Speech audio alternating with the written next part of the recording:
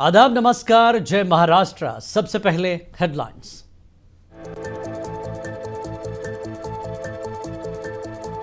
महाराष्ट्र में असेंबली की तमाम 288 सीटों पर एक ही मरहले में कल होगी पोलिंग। इलेक्शन कमीशन के अमले को रवाना किया जा रहा है पोलिंग मराकज़।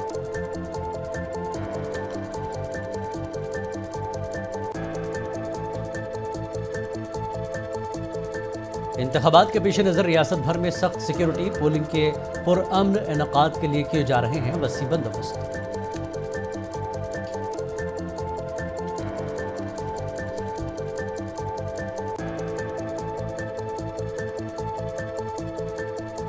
पोलिंग से चंद घंटे पहले BJP general secretary Vinod Tawde पर नकद रकम तकसीम करने का इल्जाम।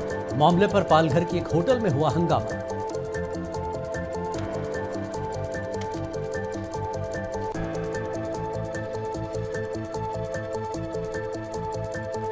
साबिक वज़ीर दाखिला अनिल देशमुख पर हमले की हो रही है शदीद मजम्मत। कसूरवारों की गिरफ्तारी और सख्त सजा देने की मांग।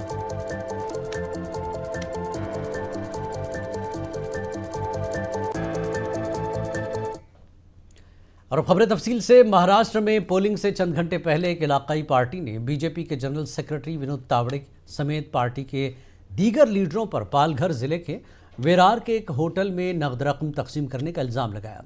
बहुजन विकास अघाड़ी ने इल्जाम लगाया कि नालासोपारा से बीजेपी उम्मीदवार राजन नायक तावड़े की मौजूदगी में वोटरों को मुतासिर करने के लिए मुबैना तौर पर नकद रकम तकसीम कर रहे थे। बहुजन विकास अघाड़ी के एमएलए कस्तेज ठाकुर अपने हामियों के साथ होटल पहुंचे और उसके बाद वहां जबरदस्त हंगामा हुआ। बहुजन विकास अघाड़ी के हामियों ने विनोद तावड़े का घेराव किया और नारे लगाए। उन्होंने दावा किया कि उन्हें मीटिंग के मकाम से नकदी और लिफाफे मिले हैं। वायरल वीडियोस में बहुजन विकास अघाड़ी के हामियों को विनोद तावड़े के सामने करेंसी नोट लहराते हुए दिखाया गया। बहुजन विकास अघाड़ी के सदर हितेंद्र ठाकुर ने इल्जाम लगाया कि वेरार होटल में 5 करोड़ रुपए की रकम तकसीम की गई है। उन्होंने कहा कि विनोद तावड़े के पास एक डायरी थी जिसमें नकद रकम की तफसीलात दर्ज है। और इस पूरे मामले पर बात करने के लिए, ताज़ा अपडेट के लिए हमारे नुमाइंदे अमजद हमारे साथ जुड़ चुके हैं। अमजद, ये सारा मामला वायरल हो चुका है, क्या कुछ अपडेट है और पुलिस की कार्रवाई क्या कुछ देखने को मिल रही है अभी? देखिए, मैं साफ तौर पे बता दूं, जिलानी जो विनोद तावड़े के पास कैश बरामद हुआ है। हालांकि सुबह से ही हंगामा जो है वो लगातार जारी था।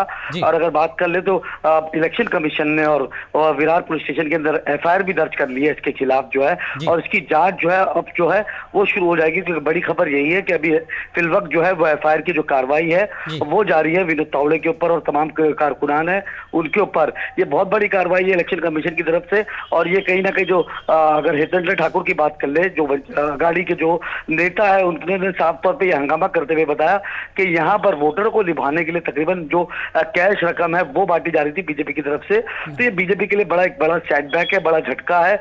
और कहीं ना कहीं विनोद तावड़े का इसके अंदर नाम आया, क्योंकि विनोद तावड़े एक महाराष्ट्र के भी बड़े लीडर है और सेंट्रल की बात करें तो सेंट्रल के भी एक बड़े लीडर माने जाते हैं। अब उनके पास से ये कैश बरामदी होना वाकई में एक चौंकाने वाली खबर है। जी अमजद, ये जो कैश बांटा गया होटल में बताया जा रहा है बांटा जा रहा है, तो ये अपने कारकुनों को दिए जा रहे थे वोटर में तकसीम करने के लिए या सिर्फ अपने कारकुनों के लिए थे? क्या कुछ इसमें सच्चाई है?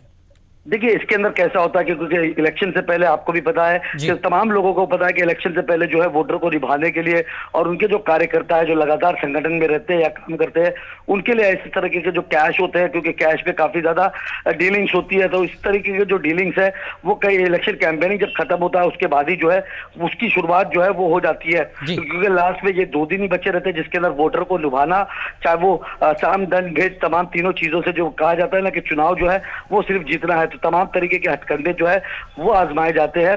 और कहीं ना कहीं वहां पर भी जो है तमाम तरीके के हथकंडे जो है वो आजमाए जा रहे थे। लेकिन वहां पर अगर बात कर ले, अघाड़ी के जो बड़े नेता है उनको ये खबर मिली थी कि वहां पर जो है विनोद तावड़े जो है कैश लेके बैठे और उन्होंने एक और चीज है, एक लाल डायरी उनके पास इस तरह से बताया जा रहा है, एक डायरी है तावड़े के पास जिसमें रकम की तफसीलात है। तो क्या वो डायरी जब्त की गई? वो डायरी से क्या कुछ निकला है अभी?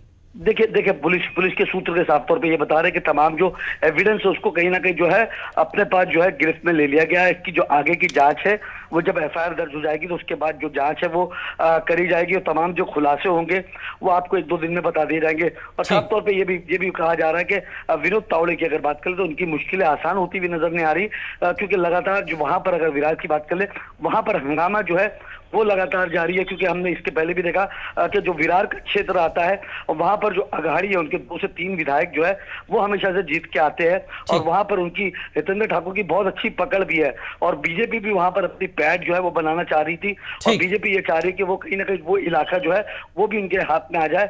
इसके लिए लगातार बीजेपी के कारकुनान और बीजेपी के कार्यकर्ता वहां पर संगठन के पीछे काम कर रहे हैं, और वहां पर जो बीजेपी ये चाह रही थी कि विधानसभा में कम से कम ये 2 से 3 सीटें जो है उनके पास जरूर मिले। लेकिन बात कर ले वहां पर विनोद तावड़े, क्योंकि वहां के आसपास के इलाके के विनोद तावड़े जो है वो वहीं के लोकल है, महाराष्ट्र के बड़े नेता कहे जाते हैं, और बीजेपी का इसके अंदर नाम आना वाकई में महायुति के लिए भी महाराष्ट्र के चुनाव से पहले एक सेटबैक है।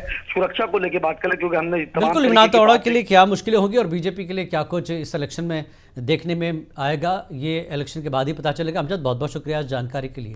तो नाज़रीन, ये सारी तस्वीरें वायरल हो चुकी हैं कि यहाँ पर रकम बांटी जा रही थी, पुलिस अपनी कार्रवाई कर रही है और डायरी जो है पुलिस ने जब्त कर ली है। फिलहाल तहक़ीक़ात जारी हैं। इस पूरे मामले पर खुद विनोद तावड़े का क्या कहना है, ये सुनते हैं। अभी पैसे मिले भी है इलेक्शन कमिश्नर को, उन्होंने डिक्लेयर करना तो बैग में पैसे है, डायरिया है, जिसको कितना दिया है वो नाम लिखे हुए हैं। कितना पैसा बटा हुआ है? 5 करोड़ लेके आने वाले थे, ऐसा बीजेपी के ही नेता ने मुझे बोला था। अच्छा, कहीं ऊपर से कोई प्रेशर आ रहा है, दबाव बनाया जा रहा है आपके ऊपर? होगा ही, पुलिस प्रशासन और इलेक्शन कमीशन तो दबाव के नीचे ही काम करता है। सरकार के दबाव में काम कर रही है। अरे मेरे को अभी प्रेस कॉन्फ्रेंस भी अलाउड नहीं, ऐसा कलेक्टर साहब बोल रहे हैं, ऐसा कहा गया। अरे कमाल है, मतलब जो चौथा स्तंभ है लोकशाही का, उसको भी उनसे भी हमने बात नहीं करने की, ये हो नहीं सकता। कहीं ना कहीं प्रशासन का दबाव बनाया जा रहा है। दबाव ही दबाव है। नालासोपारा विधानसभा चुनाव क्षेत्र में कार्यकर्ताओं की बैठक चल रही थी। वहां पर चुनाव के दिन की जो आचार संहिता होती है कि जो वोटिंग मशीन है उस पर सील कैसे लगना है, सील आखिर में कैसे होना है, ऑब्जेक्शन अगर लेना है तो क्या करना होता है, ऐसी जो हम 12 बातें बताते हैं वो बताने के लिए मैं पहुंच जाता हूँ। सामने वाला जो पार्टी हमारे मित्र पक्ष है, हितेंद्र अप्पा ठाकुर जी है या क्षितिज है, उनके कार्यकर्ताओं को लगा के हम पैसे बांट रहे हैं। तो चुनाव आयोग उसकी इंक्वायरी करे, पुलिस इंक्वायरी करे, सीसीटीवी फुटेज ले ले, तो उसमें वास्तव जो है, मैं तो 40 साल से पार्टी में हूँ, अप्पा ठाकुर मुझे जानते हैं, क्षितिज मुझे जानते हैं, सब पार्टी जानती है, तो जो वास्तव है वो सबको पता है। और फिर भी चुनाव आयोग ने निष्पक्ष इंक्वायरी करनी चाहिए, ऐसा मेरा भी आग्रह। आगे बढ़ेंगे। महाराष्ट्र असेंबली इंतखाबात की मुहिम के आखिरी दिन इंतखाबी हुकाम ने नासिक के एक होटल पर छापा मारा और तकरीबन 2 करोड़ रुपए की नकदी जब्त की। एक शिकायत पर कार्रवाई करते हुए नासिक वेस्ट असेंबली हल्के के फ्लाइंग स्क्वाड से ने पाथरडी फाटा इलाके में वाक़ एक होटल के एक कमरे की जांच की, जिसके नतीजे में नोट जब्त किए गए। कमरे में मौजूद थाने के कोपरी के रहने वाले जयंत साठे ने कबूल किया कि नकदी उसकी है। नकद रकम सरकारी खजाने में जमा कर दी गई और महकमा इनकम टैक्स को मुतल्लिक़ कर दिया गया। महाराष्ट्र में असेंबली की तमाम 288 सीटों पर एक ही मरहले में कल 20 नवंबर को पोलिंग होगी। इलेक्शन कमीशन की जानिब से पोलिंग की तैयारियां मुकम्मल कर ली गई हैं। कमीशन ने पोलिंग अमले को इलेक्ट्रॉनिक वोटिंग मशीनों और दीगर साजो सामान के साथ उनके मुतल्लिक़ा पोलिंग मराकज़ रवाना कर दिया है। सिक्योरिटी एहलकारों को भी पोलिंग मराकज़ पर तैनात किया जा रहा है। और कल होने वाली पोलिंग को लेकर तैयारियों पर अपडेट के लिए हमारे साथ हमारे नुमाइंदे साजिद खान जुड़ चुके हैं। साजिद खान, 288 सीटों पर कल पोलिंग होनी है, एक तरफ पैसा बट रहा है, हंगामा भी है, क्या कुछ तैयारियां और सिक्योरिटी को लेकर क्या इंतजाम हैं?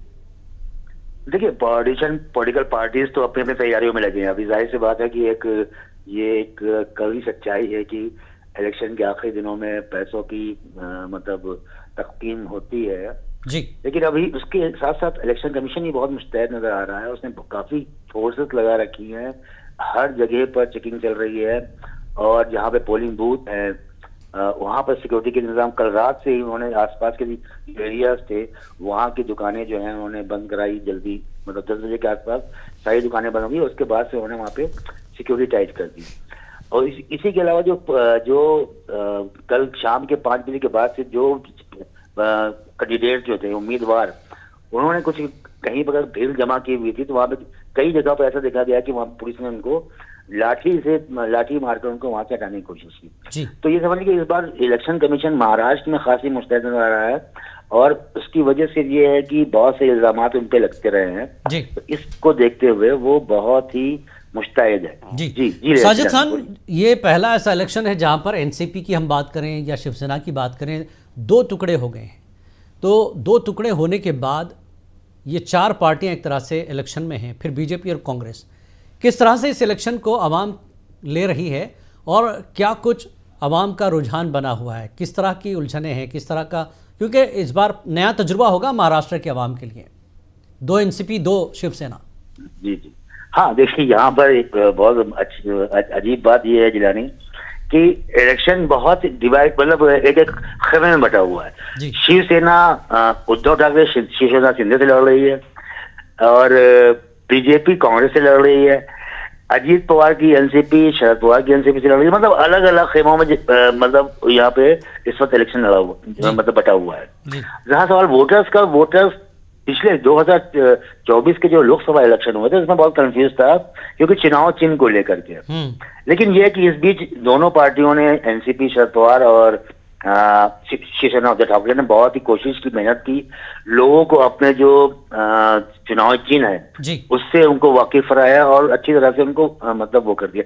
अभी इस बार, अभी पिछले जो कंफ्यूजन था लोकसभा चुनाव में, जो कंफ्यूजन था वो मुझे वोटरों में नजर नहीं आया। हाँ, ये बात है कि इस बार बीजेपी अकेले चुनाव लड़ रही है एक तरह से देखा जाए, क्योंकि शिवसेना से लड़ रही तो बीजेपी को बहुत ज्यादा मेहनत करनी पड़ रही है क्योंकि उसकी शाख दांव पे लगी हुई है। और जो बाकी पब्लिक के जो रुझान है वो पहले जो मोदी इफेक्ट था महाराष्ट्र में वोटरों में नजर आता था वो इस बार नजर नहीं आ रहा है। और इसी वजह, यही वजह है कि जो इनके प्रचार का जो मौकूफ रहा है कि गुजरात को इम्पोज कर रहे हैं, गुजरात को महाराष्ट्र फायदा पहुंचाने, महाराष्ट्र से गुजरात को फायदा पहुंचाने की कोशिश कर रही है बीजेपी। ये इल्जाम जो है वो उनको ज्यादा टैग हो गया है। यही वजह है कि अमित शाह ने भी अपनी रैली यहाँ पे बहुत कम की और एक तो 2-3 रैलियां तो उन्होंने कैंसिल भी की, उन्होंने नहीं की। मोदी भी जरा प्रिकॉशन उन्होंने लिया बहुत ज्यादा, जो बाकी हिंदी बेल्ट में जो जिस तरह से वो प्रचार करते थे महाराष्ट्र में उस तरह से नजर नहीं आए। तो अभी यहाँ पर एक तो देवेंद्र फडणवीस अपने दम पे चुनाव को लड़ रहे हैं और बीजेपी के कैडर है वो अपने दम पे इस चुनाव को ले जाने की कोशिश कर रहे हैं। इन सबके बीच कांग्रेस कहाँ है साजिद खान? देखिए, कांग्रेस की मजबूरी ये है कि इनकी इंटरनल जो मैनेजमेंट है महाराष्ट्र में खासतौर जो देखा गया है वो बहुत अच्छा और मजबूत नहीं रहा है। ये मतलब हालांकि इनकी मुकाबला में है, वो अच्छी मेहनत कर रहे हैं, जमीनी लेवल पर कार्यकर्ता भी नजर आ रहे हैं और मेहनत कर रहे हैं, लेकिन ऊपर का जो लेयर है वहां पर मैनेजमेंट की बहुत सी कमियां नजर आ रही हैं, जिसको लेकर के बहुत सी नाराज भी कार्यकर्ता भी बहुत नाराज नजर आए। उन्होंने मुझसे कंप्लेन भी किया। क्या इत्तेहाद के बहाने, इत्तेहाद में कुछ फायदा हो जाएगा इनको? हाँ, कांग्रेस, देखिए कांग्रेस इस बार लड़ तो रही है चुनाव, लेकिन देखिए मैं आपको एक चीज, इंडिया अलायंस की अगर हम बात करें उस हवाले से, जी अलायंस को महाविकास अघाड़ी को चांसेस एज है, ये इसमें दो राय नहीं। और मैं आपको ये बता दूं कि देखिए वोटर्स जो है, वोटर्स बीजेपी से थोड़ा नाराज है, उसका फायदा महायुति और कांग्रेस को, महाविकास अघाड़ी और कांग्रेस को मिल सकता है वोटर्स। लेकिन मैं ये देख रहा हूँ कि जो महाविकास अघाड़ी की पार्टियां शिवसेना और एनसीपी, शरद पवार को छोड़ दीजिए, तो कांग्रेस और बाकी जो दूसरे जो भी है अलायंस में, उनमें इतना जोश नहीं नजर आया जो मैदान पे लड़ने के लिए। ठीक, बहुत बहुत शुक्रिया साजिद खान इस जानकारी के लिए। बहरहाल कल 288 सीटों पर महाराष्ट्र में चुनाव है और उलझन बड़ी है क्योंकि पार्टियां यहाँ पर 6 पार्टियां सामने हैं आवाम के। आगे बढ़ेंगे अगली खबर की तरफ। नांदेड़ लोकसभा के ज़िमनी इंतखाब और असम्बली के आम इंतखाबात के लिए पोलिंग पार्टियां इंतखाबी सामान के साथ अपने मुतल्लका पोलिंग मराकज़ की तरफ रवाना हो गई। इंतखाबात के लिए तमाम ज़रूरी इंतजामात मुकम्मल कर लिए गए। इंतज़ामिया ने वोटर्स से अपील की कि वो बिला खौफ खतर अपने हक़ रायदही का इस्तेमाल करें। सिक्योरिटी के लिए हसास इलाकों में इजाफी पुलिस फोर्स तैनात की गई है ताकि इंतखाबात पुरअमन तरीके से मुनक्किद हों। पोलिंग अमले को हिदायत दी गई है कि वो कवायद व ज़वाबित की मुकम्मल पाबंदी करें और इंतखाबी अमल को शफ़ाफ बनाएं। वोटर्स में भी इंतखाबात के हवाले से जोश व खरोश देखा जा रहा है और उम्मीद की जा रही है कि वोटिंग का अमल कामयाबी से मुकम्मल होगा। लोकसभा पोटनिवडणूक आणि जिल्ह्यातील 9 विधानसभांसाठीची सार्वत्रिक निवडणूक यासाठीचे मतदान दिनांक 20 नोव्हेंबर रोजी सकाळी 7 ते संध्याकाळी 6 या वेळेमध्ये होणार आहे।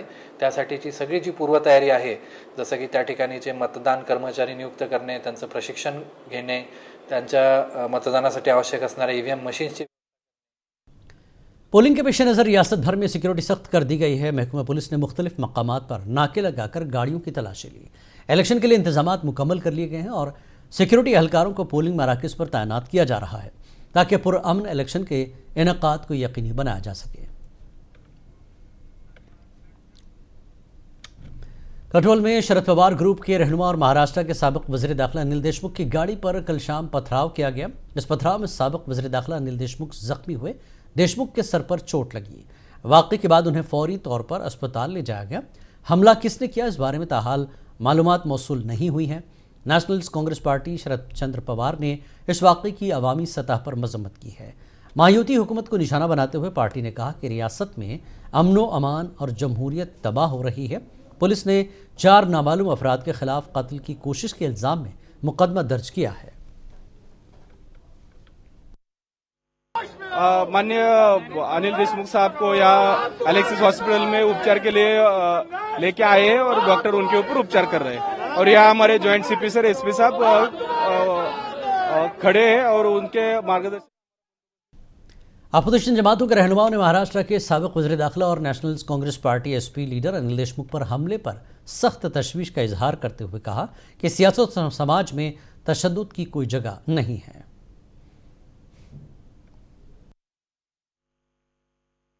महाराष्ट्र के भूतपूर्व गृह मंत्री श्री अनिल देशमुख जी, इनके ऊपर एक प्राणघातक हमला हुआ।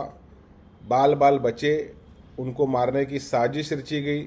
इस हमले के पीछे कौन है, कोई राजकीय शक्ति है क्या, कोई और चीज़ है क्या, इसके संदर्भ में पूरी जानकारी, पूरी तफ्तीश महाराष्ट्र के पुलिस विभाग ने, गृह विभाग ने करने की आवश्यकता है। मुझे दया आती है भारतीय जनता पार्टी के उन नेताओं की मानसिकता पर जिन्होंने कहा कि ये हमला एक पॉलिटिकल स्टंट है। इस प्रकार का पॉलिटिकल स्टंट करने की परंपरा महाविकास आघाड़ी और शरद चंद्र पवार पार्टी में नहीं। इस प्रकार का पॉलिटिकल स्टंट शायद भारतीय जनता पार्टी में करने की परंपरा होगी। हमारे पार्टी में इस प्रकार की कोई परंपरा नहीं है। लेकिन इस समय अगर भारतीय जनता पार्टी ये कहती, इस हमले की जांच की मांग करती, तो मुझे समझता कि यहाँ इनके पास थोड़ी तो भी पॉलिटिकल मैच्योरिटी है। लेकिन इसके ऊपर पॉलिटिकल स्टंट का बयान देकर भारतीय जनता पार्टी ने अपनी बहुत ही गलत बात है कि उनके ऊपर हमला किया गया। अपनी राजकीय प्रतिस्पर्धियों को इस तरीके से रोकना ये हमारे संविधान में भी नहीं है और मुक्त व्यवस्था में मतदान होना चाहिए, ऐसा संविधान कहता है। यह व्यवस्था कैसी है, उनके ऊपर पथराव कहाँ हुआ, कैसे हुआ, ये सब जांच करने की आवश्यकता है। क्योंकि जिधर पथराव हुआ वहाँ पे गाड़ी पहुँचती नहीं, तो इस प्रकार से हमला होना ये विरोधी कार्यकर्ताओं के मन में घबराहट पैदा करना है। लेकिन अब समय चला गया है, अब कोई किसी से डरता नहीं है। जो होगा सो होगा, देखा जाएगा। इस परिभाषा में अपनी जिंदगी जी रहे हैं। मरकजी वजीर व रिपब्लिकन पार्टी ऑफ इंडिया के सरबराह रामदास अठावले ने भी अनिल देशमुख पर हमले पर अपना रद्दमल जाहिर किया। उन्होंने कहा कि इस मामले की जांच होनी चाहिए।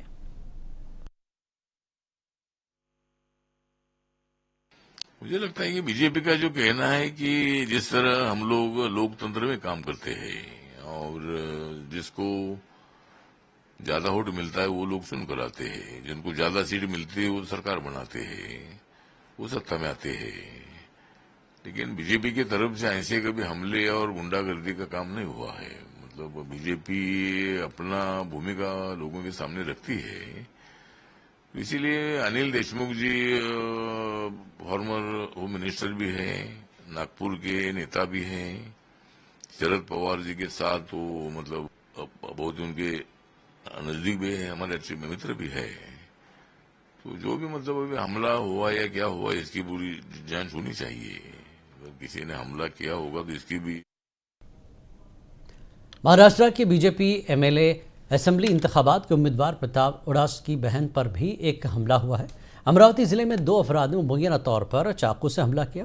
इस वाक़े पर महाराष्ट्र बीजेपी महिला मोर्चा की सदर चित्रा किशोर वाघ का कहना है कि हमारे उम्मीदवार और एमएलए प्रताप अड़साद की बहन और अर्चना रोटे पर बहुत जानलेवा हमला हुआ। कुछ नामालूम बदमाशों ने उन पर हमला किया। इस तरह के वाक़यात को बर्दाश्त नहीं किया जाएगा। प्रत्याशी और विधायक प्रताप दादा अड़सड़, इनकी बहन अर्चना ताई, जिन्हें हम अक्का कहते हैं, उनके ऊपर बहुत ही जानलेवा हमला हुआ है। सातेफड़ फाटा है और वहां पे रात को 8 के करीब ये हल्ला हुआ। वो वॉशरूम के लिए वहां पे गई थी। कुछ अज्ञात हल्लेखोरों ने, हरामखोरों ने उनके ऊपर हमला किया। गले पे वार करना चाहते थे, जान से मार देना चाहते थे, लेकिन हमारी अक्का, उन्होंने अपने हाथों पे हाथ झेला है। प्रताप भाई अड़सड़ जो हमारे उम्मीदवार है, प्रत्याशी है, उनका पूरा काम हमारी अक्का संभालती है। ऐसे घटनाओं को हम कदापि सहन नहीं करेंगे। ऐसे हमलों को हम बिल्कुल करारा जवाब देंगे। इस हमले जलगांव में उर्दू गर्ल्स हाई स्कूल और जूनियर कॉलेज की जानिब से वोटर बेदारी रैली निकाली गई। इस मौके पर तलबा ने लोगों को वोट देने की अहमियत से वाकिफ कराया और उन्हें बढ़ चढ़कर वोटिंग में हिस्सा लेने की तरगीब दी।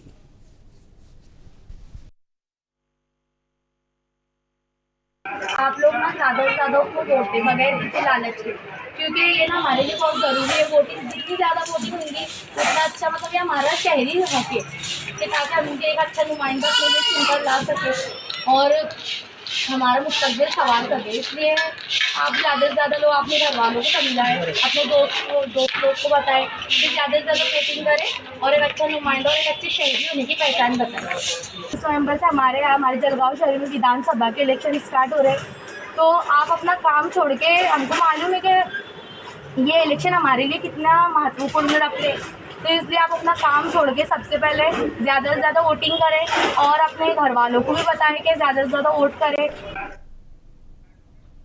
जय महाराष्ट्र में फिलहाल इतना ही। आदाब।